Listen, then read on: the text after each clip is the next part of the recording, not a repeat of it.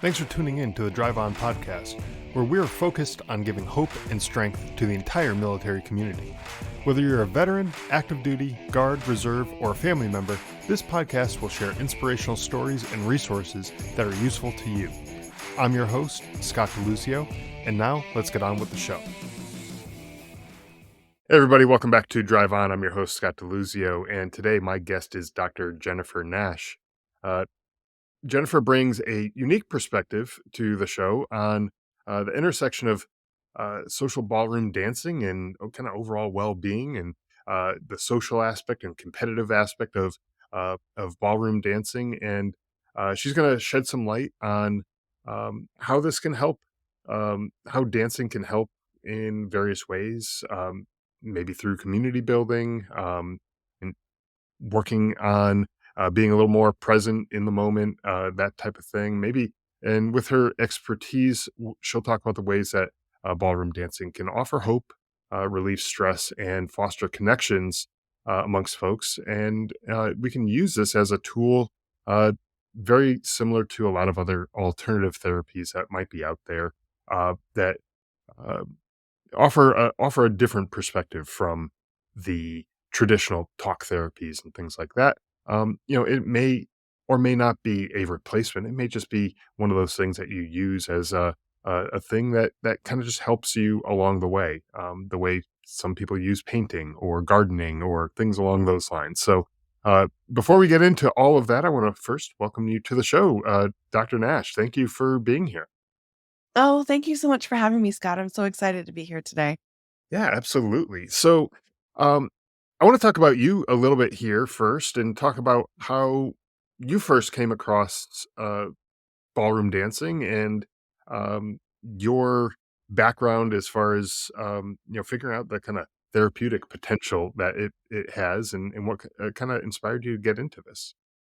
Sure. So I actually came across ballroom dancing later in life. I went through a divorce and I was really searching for something that would help me get back in touch with, my identity. I feel like I had really lost myself during that marriage.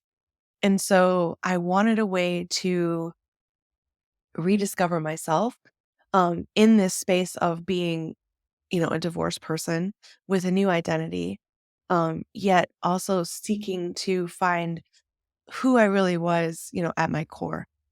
And I found that on the dance floor. And so one night I was looking for something to do. I had all this free time now, because I was divorced. And so I was looking for something to do and I came across this meetup and it had a dance on Friday night. And I thought, wow, I haven't danced in so long, like, for different reasons. And so I'm like, that would be really fun. Like, maybe I should go try that. And so I showed up and I, get there and I open the door and the music is playing and, they have the disco ball going and, spinning and the lights are on and, everybody's laughing and having a good time and they're so engaged. And I thought, wow, like this could really be something that could help me. I just sort of intuitively felt that. Mhm. Um, and that was what started me on my ballroom dancing journey. And it's interesting that you were saying how you uh, unfortunately went through a divorce, and now you're trying to rediscover who you were, or who you are. Yeah. And um, I feel like there's a connection there between what a lot of veterans go through when they get out of the service is, a lot of times they get in, they're 18, 19 years old. Um, haven't really figured out who they are at that point anyways, and while they're in the service for however long they've served, it could be just a few years, it could be a 20-year career. um, Basically that whole time they're being told who they are and what they're supposed to do, and where they're supposed to be, what they're supposed to wear, all this stuff. They're being told a lot of this, and a lot of their identity gets shaped around being that service member.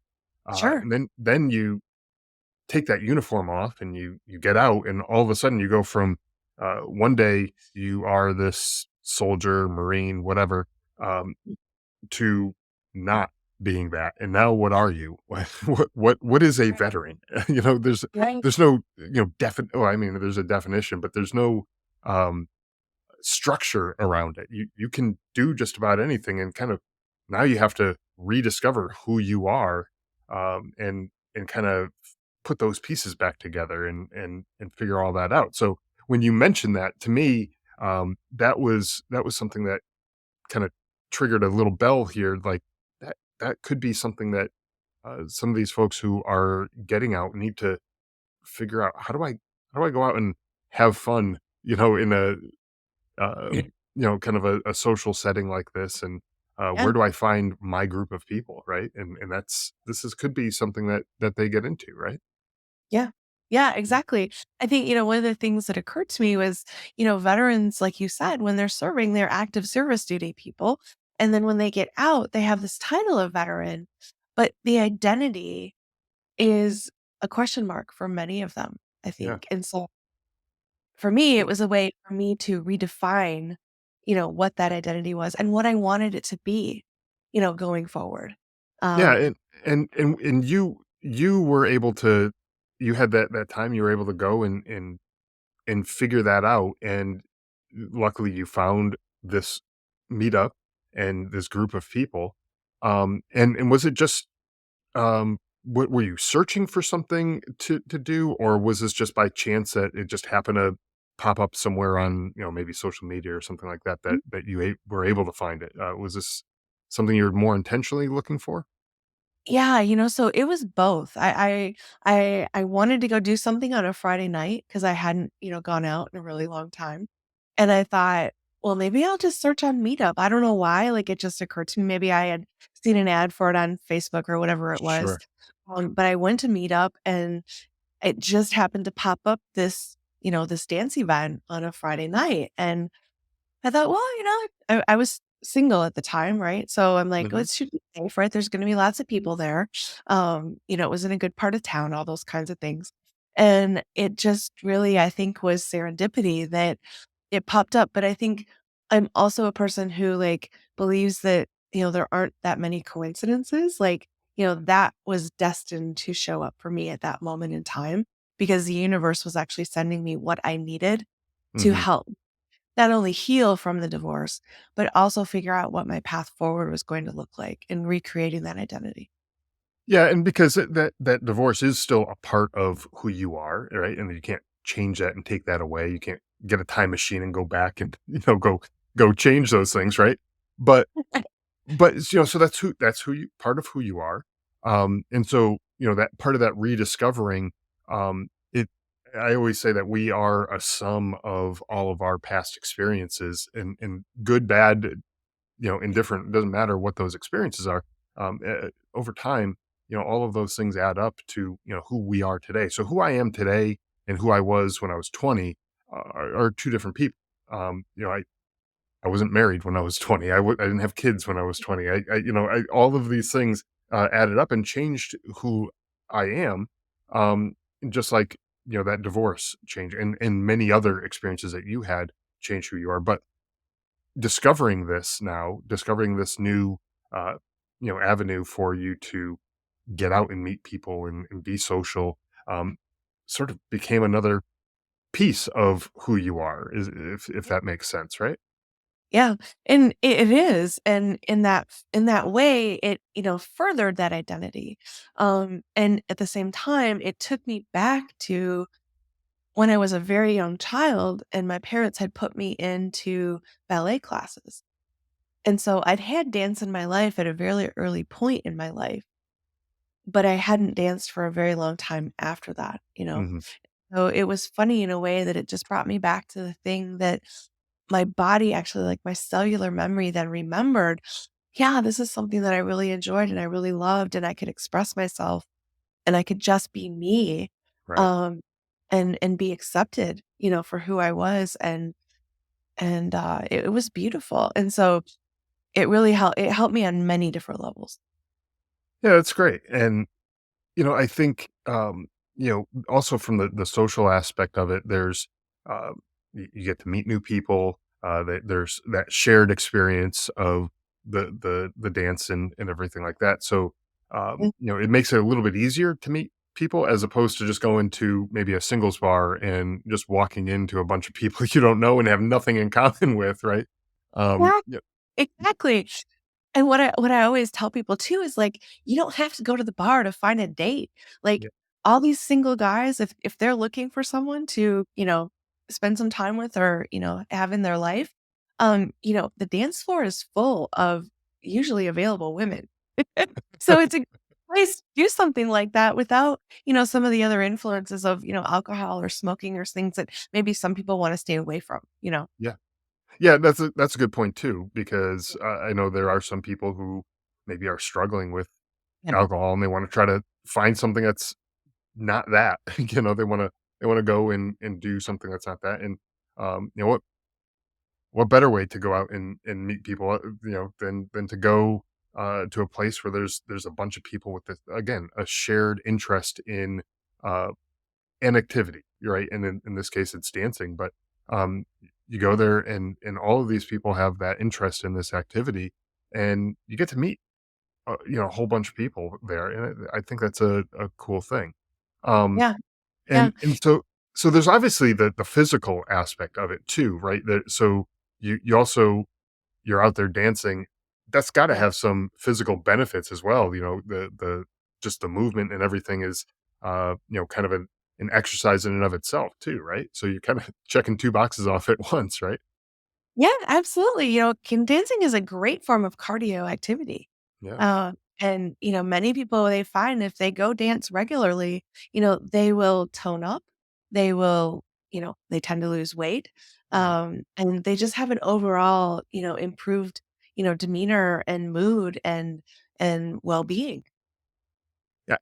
Honestly, I'm thinking back, I don't think I've ever seen somebody dancing who had an angry look on their face.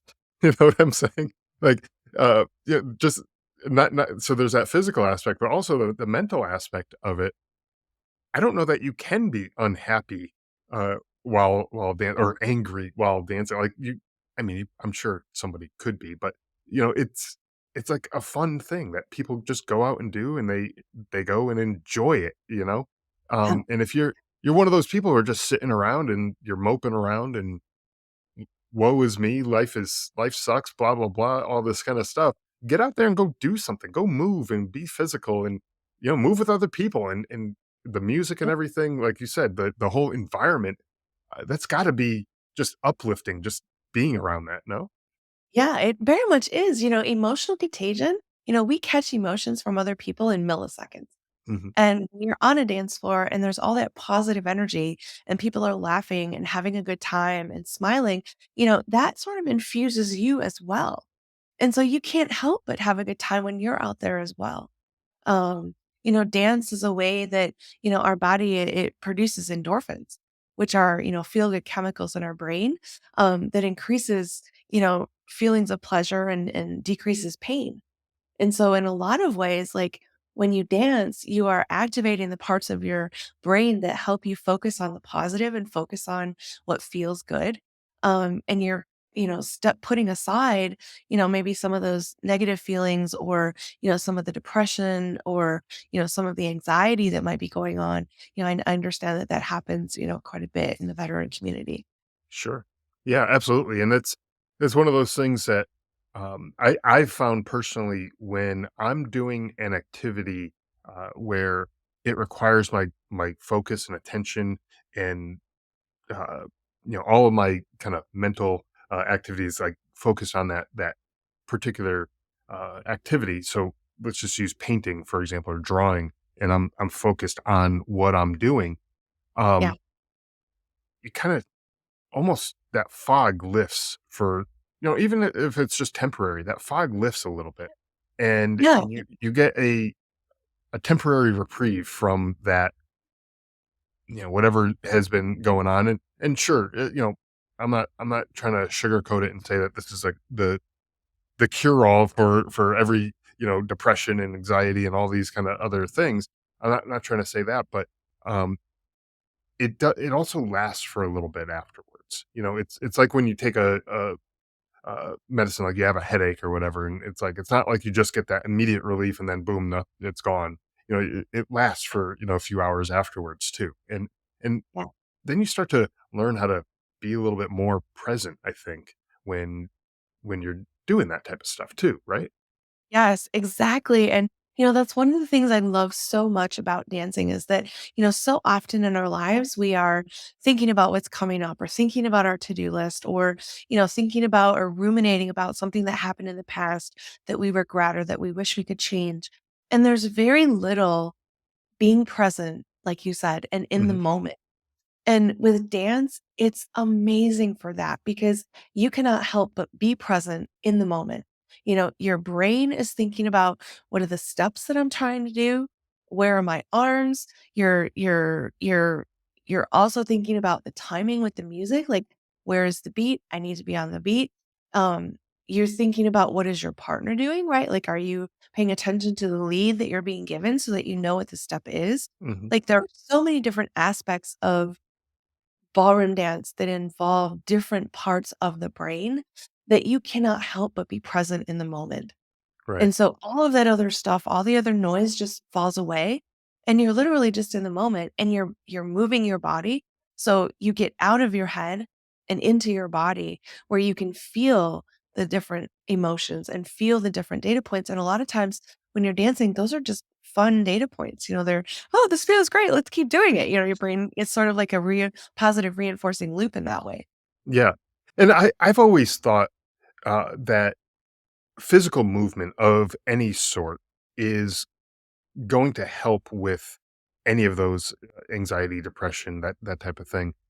Whether it's, exercising at the gym, going for a walk, Yeah. dancing, or, even something as small of a movement as drawing, just a pencil on a paper or something where your focus is there and you're focused on that movement that you have to do to get the drawing just right. I'm not talking about like a little doodle, like a stick figure or something, but when you're focused and trying to do something, a certain particular way, Mhm. you take that focus and now you're focusing on the physical, energy that is required to do whatever it is, whatever that task is, that you're trying to do, be it dancing or whatever else. I gotta imagine that there's, and I'm not a doctor. I don't know the science behind all of this, but I gotta imagine there's some connection between the brain and that physical activity that helps kinda lift that fog, if you will, that people sometimes get caught up in, right? Yeah, I agree. I'm not a doctor either. I'm not a therapist, so I can't speak to those aspects of it. I do know that there's been a lot of research done, on the effects of ballroom dancing and how it helps your health, how it helps your well-being, how it alleviates some of the, stress and anxiety. And so, I'm sure your listeners can go out and just do some Googling on, ballroom dance and research on, well-being, health benefits. I Sure. think it would be fascinating if they did a study on, that particular thing of like, how does that physical movement actually um, correlate with, a decrease in depression, for example? That would be great, and I'm sure there's something out there, I haven't seen it, but, um, Yeah. yeah, because there has to be, I'm not the brightest guy in the world. If I could figure it out, I'm sure some other people can figure it out, right? Um, but, um, so you mentioned, earlier that you got into, like, the social, you got into it for the social aspect, but there's also, uh, competitive ballroom dancing as well, and could you talk a little bit about the competitive aspect of ballroom dancing and, what that all involves and how people might be able to get involved in that? Sure. So I started out, going to that Friday night social dance, which I thought was really fun. And it was so fun for me. And I have a very competitive side to me. And so I was very interested in learning more about, how to learn to dance. Because when I walked in that door, I mentioned I had danced earlier in my life, but I had done ballet dancing. So That's different. ballroom dance completely new to me. I didn't know how to do it. And so I asked this person who was there, I'm like, "Hey, can you teach me how to do that?" And she's like, "Well, no, I can't." She's like, "But that guy over in the corner who's running the music, like, he can. He owns the place." I'm like, "Okay, that's great." So I went and talked to him, and I ended up starting to take lessons with him. Well, very quickly I realized, there is an aspect of this that really appealed to me from a competitive standpoint. That once I found out that I could compete and there was a sport called dance sport, which is, the competitive ballroom dance. Um, I was just, for lack of a better term, I was hooked. And so I started taking lessons, multiple times a week. I started learning all of the different styles of dance, which there's quite a few of them for the competition. Um, and within like 12 weeks of starting my lessons, I was competing on the dance floor. And it was just this rush because I was like, oh, this is so great. Like I can go out here with my partner, the coach that was teaching me, and we can compete against all these other people, and then we have judges that are ranking us, and of course I want to win. So it was great. I just it gave me an outlet for all of the emotions and all of that energy that had happened from the divorce, and really channel that into something that was super positive for me, and very healthy, and in a way for me to recover Sure. emotionally from that divorce. And so the competitive ballroom dancing, it opened up this whole new world that I didn't even know existed. And in many places around the world, you can go dancing every night of the week, social dancing. Mhm. And literally every weekend, there is at least one competition for ballroom dancing somewhere in the United States. And oftentimes there's more than one. Yeah. So it's a whole nother avenue and a whole nother world that, opens up of possibilities and opportunity for people who are competitive and are looking for, maybe that particular challenge, that maybe they are missing, Mhm. um, that, a life in, the military service gave them. Um, but I loved the competitive part of ballroom dancing, and I still do compete. I'm in the process right now of training to compete later this year. That's awesome, and I wanted to bring that up because there's 2 sides of it, the social aspect of just going dancing for the sake of going dancing, and then there's Mhm. a competitive aspect where it's like, "Okay, I wanna get better so that I can compete and I can win and I can, continue to get better and beat that competition," and everything like that. Because there's 2 types of people, out there, who might be interested in the dancing. Some people don't care about the competition, Yep. and they just wanna go out and have a good time and find their group of people. I know there's some people out there who, after they left the military, they're like, "You know what? I don't want anything to do with the military ever again. I don't wanna be a part of veterans groups, the VFW or American Legion. I don't wanna be a part of any of that kinda stuff. I don't the military was just a time in my life I don't wanna be a part of, and I wanna find this new group of people, and maybe you're a dancer and you enjoy, dancing. Well, go find Yep. your social group that you can go dance with, and now you have found your new group of people. That's fine. Um, but then there's, the other people who and I know there's a lot of these in the military just through my experience anyways. There's a lot of competitive, people, Yeah. and, if you're gonna do something, you wanna do it because you wanna be the best, and you wanna win, and you wanna strive to get better and everything like that, and so there's that side of it too, and I think, Yeah. this is just the reason why I actually wanted to have you on the show is because this is just such a, to me anyways, like an off the wall type thing. Like I would not have thought of it prior to having met you and having that conversation about how this maybe could help people. And I was like, Mhm. my gosh, where has my head been? Like, why didn't I think of this? But it's that light bulb moment that people need to have that it's Yeah. like it just goes off and it's like, hey, gee, yeah, this is the thing that will get me off the couch and get me to go, interact with some people. Because they're sometimes we, especially dealing with depression or other mental health related things, we tend to isolate and we don't want to get out and go interact with other people. But if you can find something that's fun that you can actually enjoy and um, be also somewhat social with other people. I don't know how you can go dancing and not be somewhat social. Anyways, if you're especially if you're dancing with a partner, you're going to be somewhat social. Um, Yeah. you know, but if you're that type of person and you're looking for that avenue to get out and go find something to do, why not try it? Anyways, Yeah. what can it hurt, right? Yeah. Yeah. A lot of people, what I hear is that, oh, like I can't dance. I have 2 left feet, right? Well, I believe anyone can dance. You just need the right teacher Mhm. and need to have some patience with yourself. And if you can move your feet, you can dance.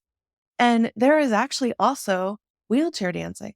So Wow, people who, are paralyzed or in wheelchairs, they also have an opportunity to not only social dance, but there is also competitive ballroom dancing for wheelchair dancing. that's Uh, awesome. yeah, I mean, it's amazing. And, there are many different studios that actually offer courses in that. And then they have like a group that goes and competes. There's one, I used to live in Michigan, and the Fred Astaire in Bloomfield Hills specifically has a, um, a group of competitive ballroom wheelchair dancers. Um, so, for service, for veterans who maybe have, different mobility challenges, there are always options.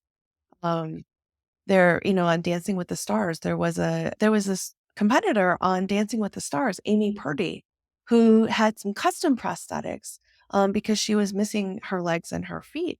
And so she ended up competing on Dancing with the Stars and placing very well in the competition. So, dancing is amazing. There are different ways to, welcome people with all different abilities to the dance floor. And that's one of the things I love about it. It's very inclusive in that way. And one of the questions I was going to ask you was, for folks who might be a little skeptical or just like, this isn't for me kind of thing. I think you've already answered all, all of that because, even if you're in a wheelchair or you have, prosthetic legs, there's still a way that you can do it. And Yeah. so you can't use that as an excuse. You don't get that excuse. Sorry. Like, we're cutting that out. That doesn't happen. so, um, Yep. It's so easy. Get out, try it. yeah, get out there and try it, right? You know, and honestly, with anything that I talk about on this show, any different types of things that folks can get out and do and try to help improve their mood, um, I always say it may not be for you, but so what? Go out and give it a try. Yeah, Yep. you can try it once, twice, 3 times and be like, "You know what? I gave it a good try. It's just not for me." And move on and Yeah. find something else. The best thing about that is you've discovered something. You've discovered what doesn't work for you. And so you know Mhm. not to spend time on that thing if it doesn't work for you, right? I think it was Thomas Edison. He said, I didn't fail, uh 10,000 times. I found 10,000 ways it didn't work, and he kept moving forward and continued, to advance and find eventually something that did work, Yeah. or many somethings that did work, right, in his case. But that's, I guess, the point is get out there and try something, and if you haven't tried, dancing, ballroom dancing or any type of dancing really, I would imagine, um, Mhm. just get out there and try it. Um, maybe that's the thing for you. Um, maybe it's not, but give it a try anyways. Because I think that what you're talking about earlier, that positive energy, the Mhm. music, the physical movement in the dancing, um, it it's just a great way to relieve stress, Yeah. and will help. I would imagine it's going to help overall just improve your mood, right? Yeah. Yeah, absolutely. I mean, there is rarely a day that I get off the dance floor and I'm in a bad mood.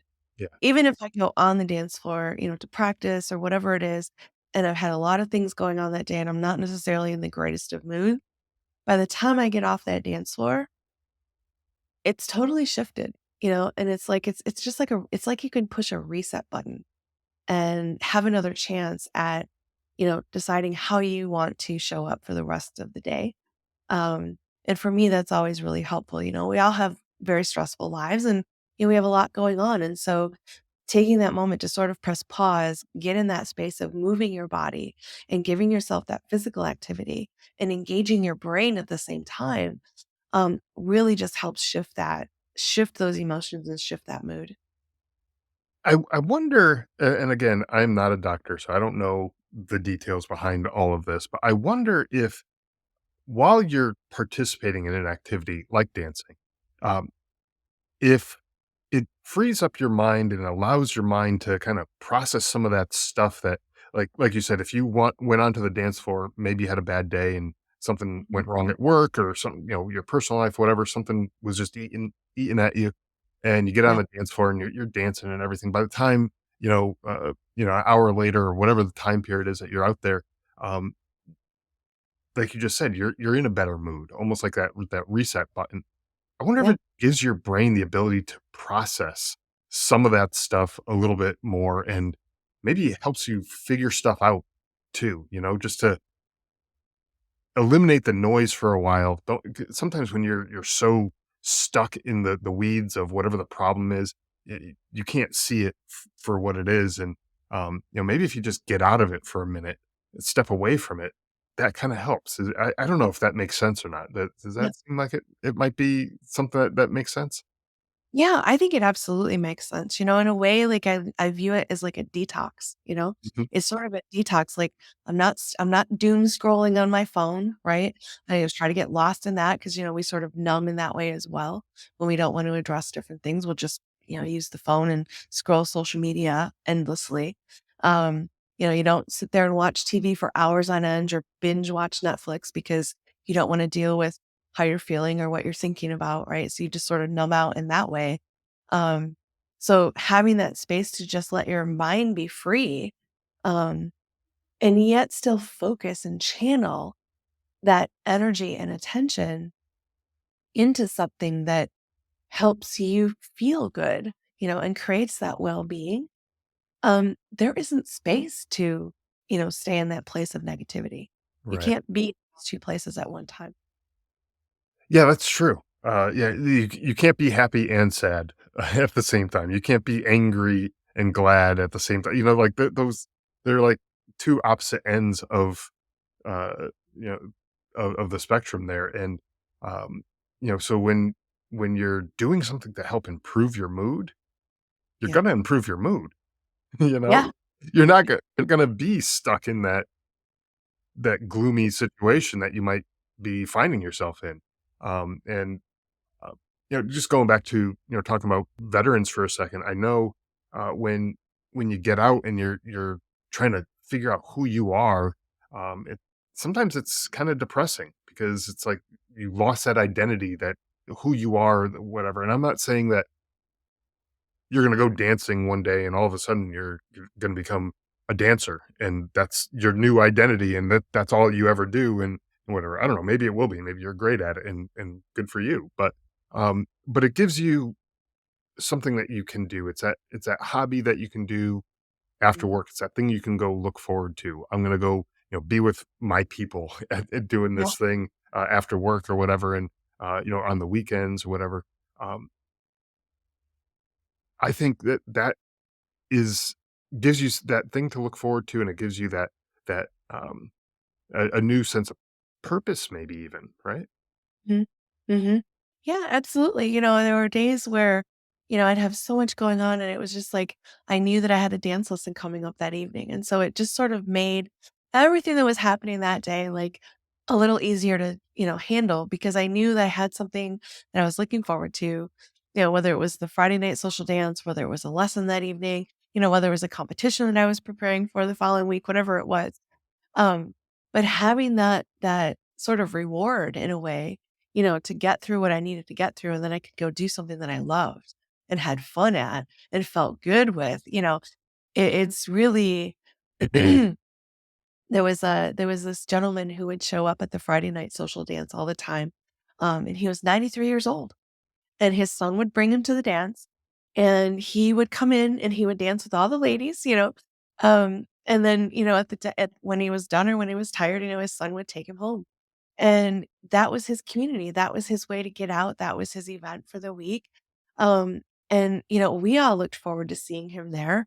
Mhm. And, it was evident that he delighted in being there. He just had so much fun. And so I think having something that you are excited about and looking forward to, that creates that sense of community for you, and gives you a purpose, I think is really, really important when you're trying to figure out who am I and what does this part of this chapter of my life look like now that maybe I've moved on from being an active service duty person Sure. and I'm now stepping into this next chapter.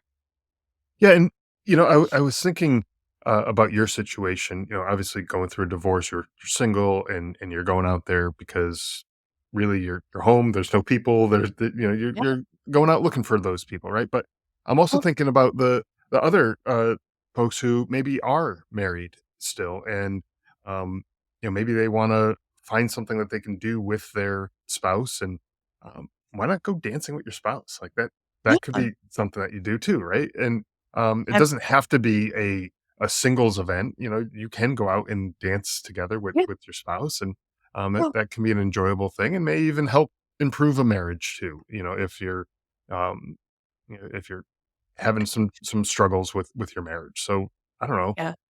just Yeah. just, try it out. Again, like I said, give it a try. There's Yeah. no harm, you if anything, like, you've wasted an evening, that's it. That's the only thing that you've invested in it. It's not the end of the world if it's not for you.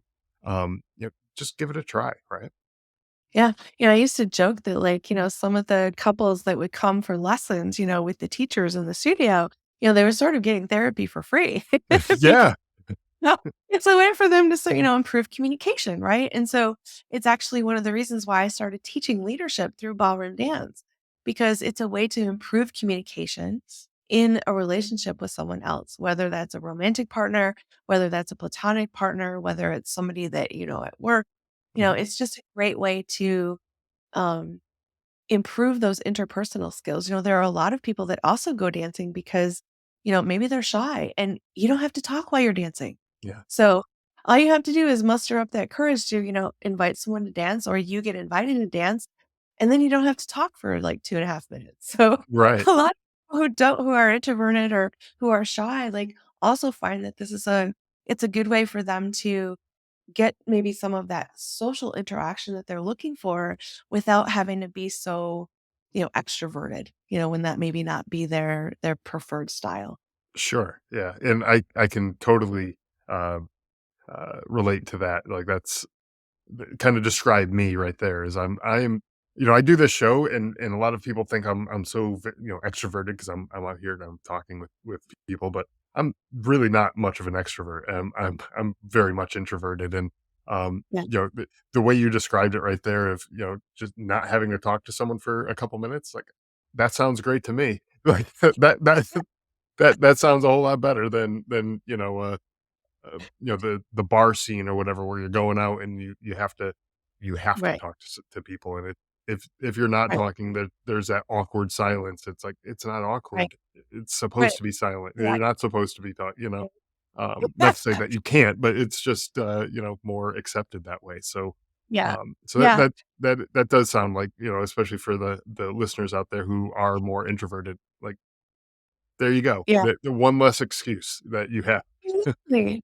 Exactly. And for the guys that might be worrying about, well, gosh, like, oh, my pickup lines are really rusty or I don't have any game anymore. Like, guys, you don't need any game. Like, it's just, all you have to say is, "May I have this dance?" and hold out your hand. That's Yeah. it. So, you don't have to worry about that part either. And And and so ladies invite guys to dance too. It goes both ways. it does go both ways. That was something I was gonna say, but also, uh, for the guys, be that 93-year-old guy that you were just talking about, Oh, get in early and know what you're doing, and so when you get to yeah. that age, you'll have the dances with all the ladies, all the young ladies who Yep. wanna dance with you, and that'll be, um, that'll be something you can look forward to in your, older years, right? Yep. Exactly. Yeah. So, Yeah. well, it's been, a pleasure talking with you today about, kind of the power of getting out there and being social and interacting with other people, dancing, using that physical energy. Um, I know you talked a little bit about some of the stuff that you do now. Could you tell people a little bit more about the work that you do and where people can go to find what it is that you do? Mhm. Sure. So, by day, I'm an executive coach. I'm also a management consultant. I do keynote speaking and I do 360 feedback assessment. And if people would like to learn more about me and the services that I have, they can go to my website, which is drdrjennifernash.com. And there they'll find a whole bunch of information and they can drop me a note if they would like to get in touch. Perfect. And I will have a link to that website in the show notes for folks who want to get in touch and find out more about what it is that you do. And you obviously talked about the kind of transformative powers of dancing and the communication benefits and things like that. So that I'm sure there are some people who can benefit from that as well. Mm. Before we wrap up the show, though, this point I like to switch things up a little bit, kinda change the pace of the show. Sometimes I do a little bit of humor. My funny bone tends to be limited to dad jokes, so I've been told those are kinda corny. But I've tried to do a little bit of trivia, and I've been it's been hit or miss. I don't know how it'll go, this time, but I wanna do a little bit of trivia with you if you're okay with that. And Sure. just to kinda change the mood a little bit, change the thing. I like to, think of it as kind of like having, dessert at the end of a meal at a restaurant, kinda gives you that nice taste in your mouth afterwards, and, because sometimes some of the topics that we cover on the show are a little heavy, a little dark, and having something kind of fun and lighthearted to look forward to at the end of an episode is kind of what I'm going for here. So if you don't mind, got a few questions here, and let's they're all kind of related to either U.S. history, that type of thing, and not really history, but some of them maybe. We'll see. I was gonna say history and U.S. trivia didn't sound America like in general is kind of the theme of these questions. So let's go with the first one here. So okay. I asked this one in the last episode that I did trivia on, and we got tripped up on the answer. I want to see if you can if you can answer this one and see what you come up with. So, which two U.S. states do not observe daylight savings time? Oh. Which 2 US states do not observe US daylight savings time? Hawaii? Yep, that's one of them. Yep. And, let's see, what's the other one?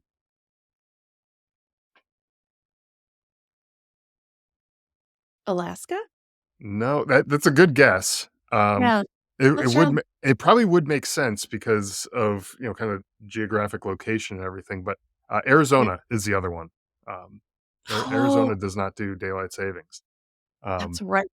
yeah. That's right. I So didn't know that. in the last episode that we did this, I asked this question, the guests thought Indiana was one of the states, and I looked it up, and there had been a whole history with Indiana and daylight savings, and that's like, I started questioning myself because there was something in the news, a while back, but they do actually, observe daylight savings. So I just wanted to clear that up. That's why I wanted to have this question in today too. Um, what US city is known as the Windy City? Well, that would be Chicago. There it is. Yep, you got that. Yeah. Okay. Yeah. Who is the only US president to serve more than 2 terms? Ooh, that's not my area of expertise. I honestly don't know the answer to that one. It's FDR. He served 3 terms. Well, Uh, he was in office 3 times for 3 elections. So, great question. the last one, I don't believe he finished the full term of the Mhm. last one, but he served more than 2. So, um, which president is featured on the $20 bill?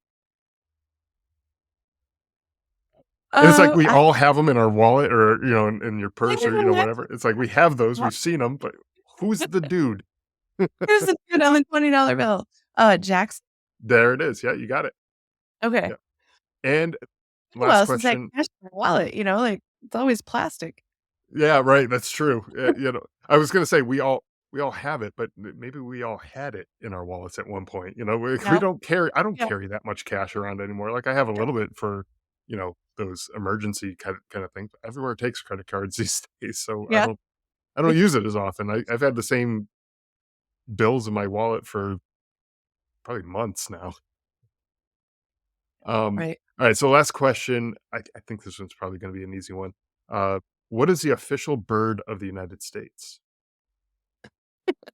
The bald eagle. There it is, yes, you got it. So, I think you got them all, other than Arizona, Oh, I being did do it. so Well, yeah, but you got Hawaii, so I'll give you that one.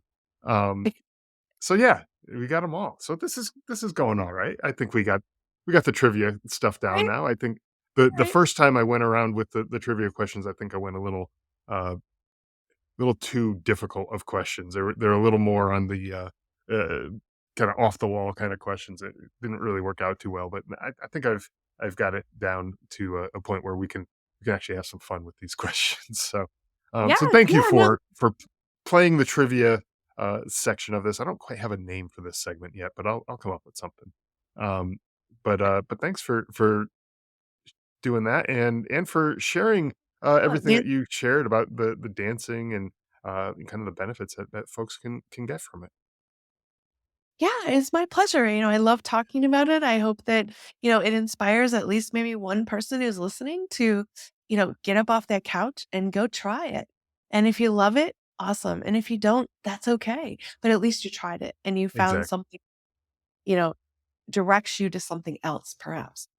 That's right, that's right. Maybe on your way to dancing, you find a sign in a window from, some Yeah. place that has something else that is like, "You know what? That's the thing that I needed." And just like you when you went to Meetup, the Meetup website and you're looking like that was the thing, the universe put you in that place at that time, and that's the thing that you needed. Um, you'll be in the right place at the right time. It may not feel like it in the moment, but you'll get there and you'll find the thing that's right for you. So keep looking. Yeah. All right. Thanks again. All right. Thank you so much, Scott. It was a pleasure. Thanks for listening to the Drive On podcast. If you want to support the show, please check out Scott's book, Surviving Son, on Amazon. All of the sales from that book go directly back into this podcast and work to help veterans in need. You can also follow the Drive On podcast on Instagram, Facebook, Twitter, LinkedIn, YouTube, and wherever you listen to podcasts.